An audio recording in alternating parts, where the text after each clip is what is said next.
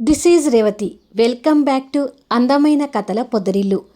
నా మనసంతా నీవై. Episode number 310. సూర్య జీవితంలోకి పూర్తిగా వచ్చేసిన క్రాంతి. అందరి జంటల మధ్య ఆనందమయం.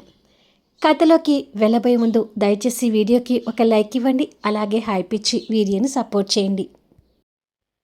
నన్ను నమ్మావు క్రాంతి, అది చాలు అని తనని హృదయానికి హత్తుకుంటాడు సూర్య. కానీ నేను నిన్ను ఎప్పుడో నమ్మాల్సింది సూర్య. కాకపోతే ఆ జెస్సీ నన్ను అంతగా పిచ్చిదాన్ని చేసింది. నిజంగానే మీరిద్దరూ ఆ రోజు బట్టలు లేకుండానే పడుకున్నారేమో అనుకొని పిచ్చిదానిలాగా ఊహించుకున్నాను అని అంటుంది బాధపడుతూ. సూర్య తనని ముందల నిలబెట్టుకొని, మన కళ్ళు మనల్ని మోసం చేస్తాయని నాకు అనుభవమే క్రాంతి. ఆ పరిశ్రమ ఆఫీసులో దొంగతనం నేరం నీ మీద పడ్డప్పుడు నువ్వు అలాంటి దానివి కాదు అని ముందు ఎంతగానో వాదించాను. కానీ సీసీ ఫుటేజ్ చూసిన తర్వాత నిజంగానే నువ్వే దొంగతనం చేశావని నమ్మి నిన్ను పోలీసులకి పట్టించాను. కానీ ఇక నుండి మన కళ్ళతో చూసింది నమ్మటం కాదు క్రాంతి. ఒకరి మీద ఒకరం నమ్మకం పెట్టుకొని కలిసి ఉందాం అంటాడు సూర్య. అవును సూర్య, మనం ఒకరి మీద ఒకరం నమ్మకం పోగొట్టుకోకూడదని చెప్పడానికి మనం ఇద్దరం మన జీవితంలో ఎదుర్కొన్న దెబ్బలే కారణం. ఇప్పుడు నువ్వేంటో నాకు పూర్తిగా తెలిసింది. నేనేంటో నువ్వు ఎప్పుడో తెలుసుకున్నావు. ఈ నమ్మకంతోనే కలిసి కొత్త జీవితాన్ని ప్రారంభిద్దాము అని అంటుంది.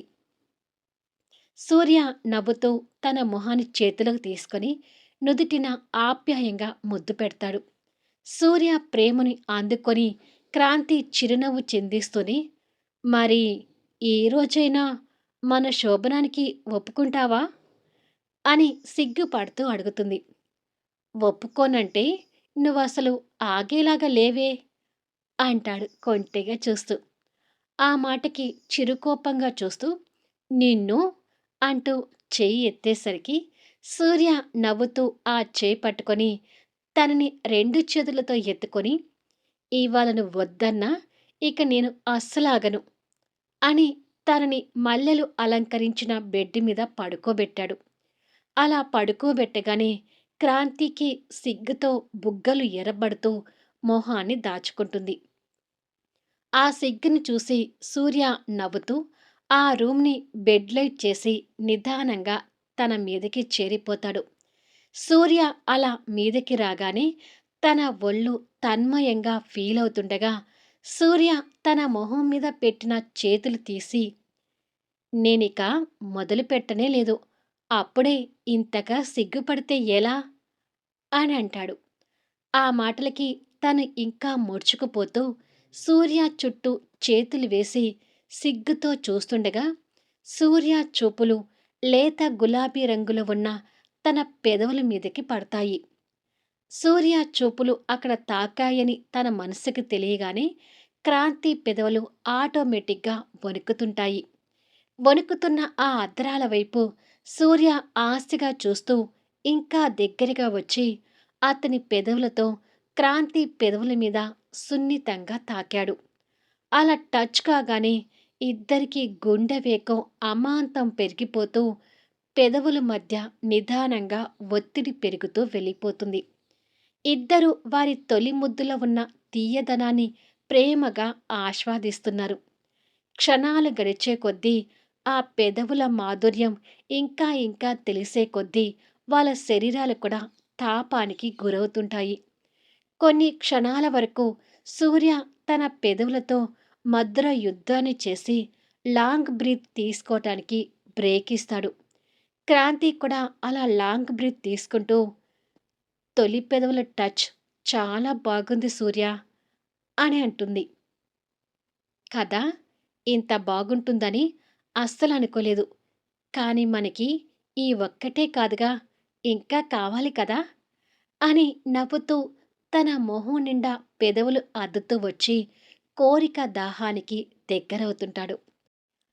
ఇద్దరి శరీరాలు రాపిడికి గురవుతూ వస్తున్న తాపానికి తోడు క్రాంతి జడలో ఉన్న మల్లెలతో పాటు బెడ్ మీద పరుచుకున్న మల్లెలు కూడా నలిగి వాటి పని అవి చేస్తూ పరిమళాలు వెదజల్లుతుంటే ఆ ఇద్దరి కోరికలు తారాస్థాయికి వెళ్ళిపోయి మనసులతో పాటు శరీరాలను కూడా ఆలింగనం చేసుకొని మొదటి రాత్రిలో ఉన్న మాధుర్యాన్ని ప్రేమతో పొందుతున్నారు.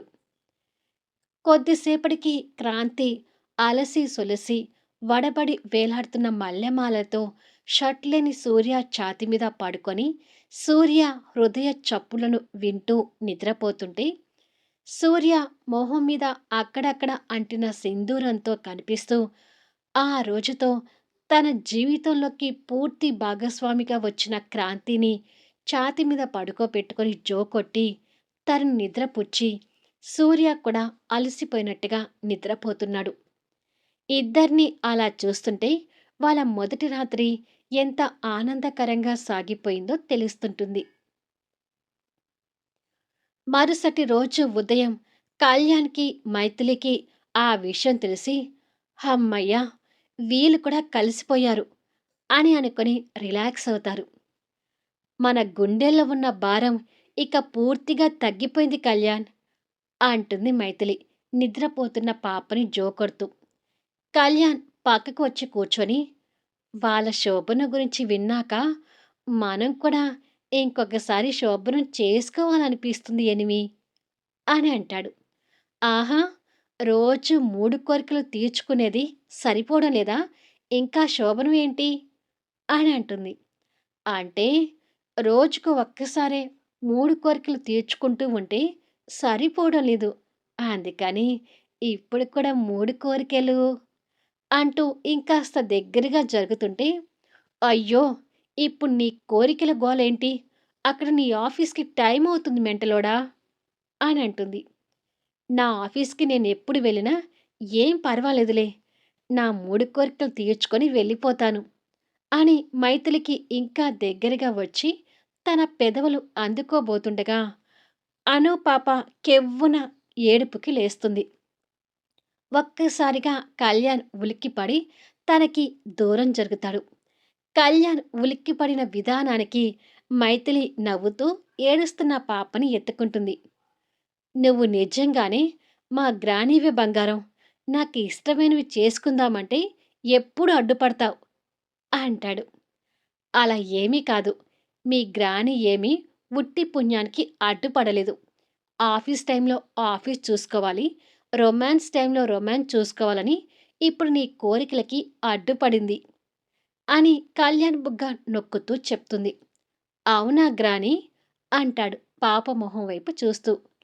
పాపకి ఏదో అర్థమైనట్టుగా "ఉమ్" అని తండ్రిని చూస్తూ కిలకిలా నవ్వుతుంటుంది. కళ్యాణ్ పాపని చేతిలోకి తీసుకొని నా బంగారు గ్రానివి అని పాపని ముద్దు పెట్టి తర్వాత ఎనిమికి అందించి కొంటెగా ఎనిమి బుగ్గ మీద కూడా ముద్దు పెట్టి ఇవాళ నైట్ నా కోరికలు డబుల్ టైమ్స్ తీర్చడానికి రెడీగా ఉండు అని ఎనిమి చెవులు చెప్పి తుర్రున వెళ్ళిపోతాడు. కళ్యాణ్ రొమాంటిక్ వేషాలకి మైథిలి నవ్వుతూ అంతలోనే కాస్త కంగారు పడుతూ పగబట్టి ఉన్న పరశురామ్ జెస్సీ గురించి ఆలోచిస్తుంటుంది. ఇక మోహన్ వాళ్ళని చూద్దాము.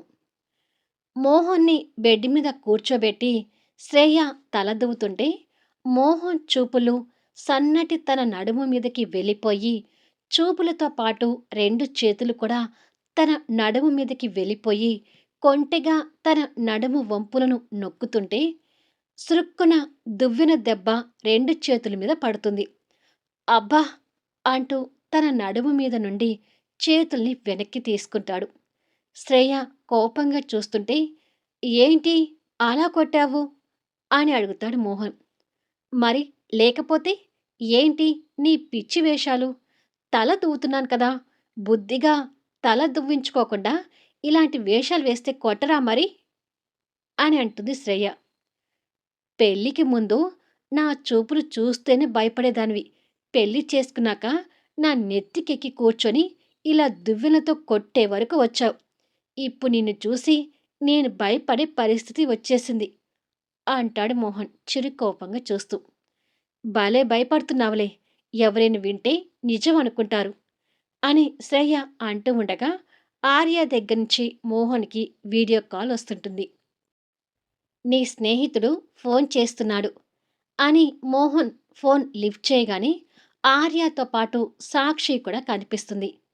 హాయ్ అంటూ ఒకరికొకరు చెప్పుకొని ఆరోగ్యం ఎలా ఉంది సాక్షి అని అడుగుతాడు మోహన్.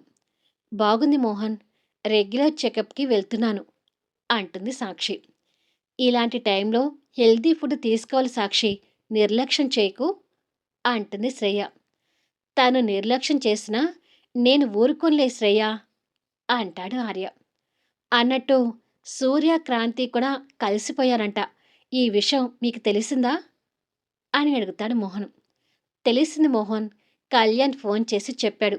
ఏమైనా అందరం కలిసిపోయాం. హ్యాపీగా ఉంది అని మాట్లాడుతుంటారు.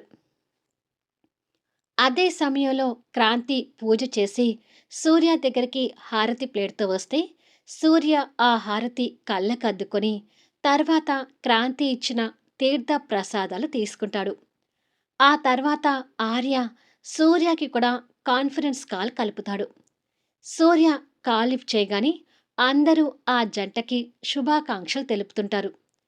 కొద్దిసేపటికి సూర్య ఫోన్ పెట్టేసి క్రాంతిని దగ్గరకు తీసుకొని నువ్వు నాతో కలిసిపోయినందుకు ఎంత సంతోషంగా ఉన్నానో మాటల్లో చెప్పలేకపోతున్నాను క్రాంతి అంటాడు. నేను కూడా సూర్య.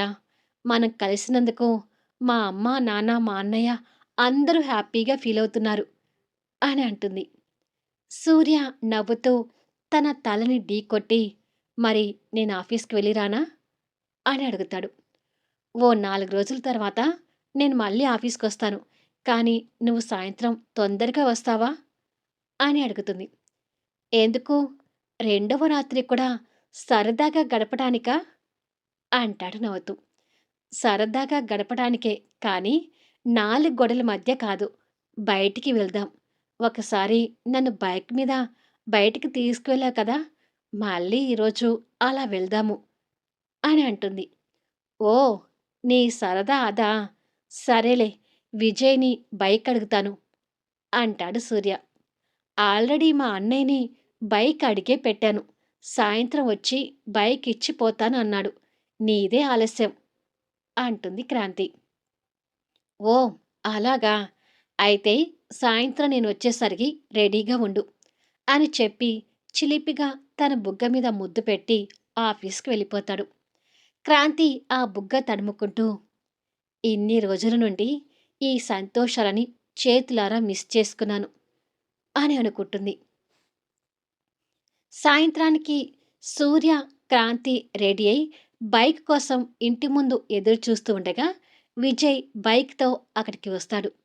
హాయ్ సూర్య, హాయ్ క్రాంతి అని హాయ్ చెప్పుకొని, ఇంకా నువ్వేనా? ఎన్ని రోజులు ఇలా ఉంటావు విజయ్? పెళ్లి చేసుకోవచ్చు కదా! అంటాడు సూర్య. సూర్య అలా అనగానే విజయ్ కళ్ళల్లో బాణం మెదిలి చూద్దాం అంటాడు చిన్న నవ్వుతో.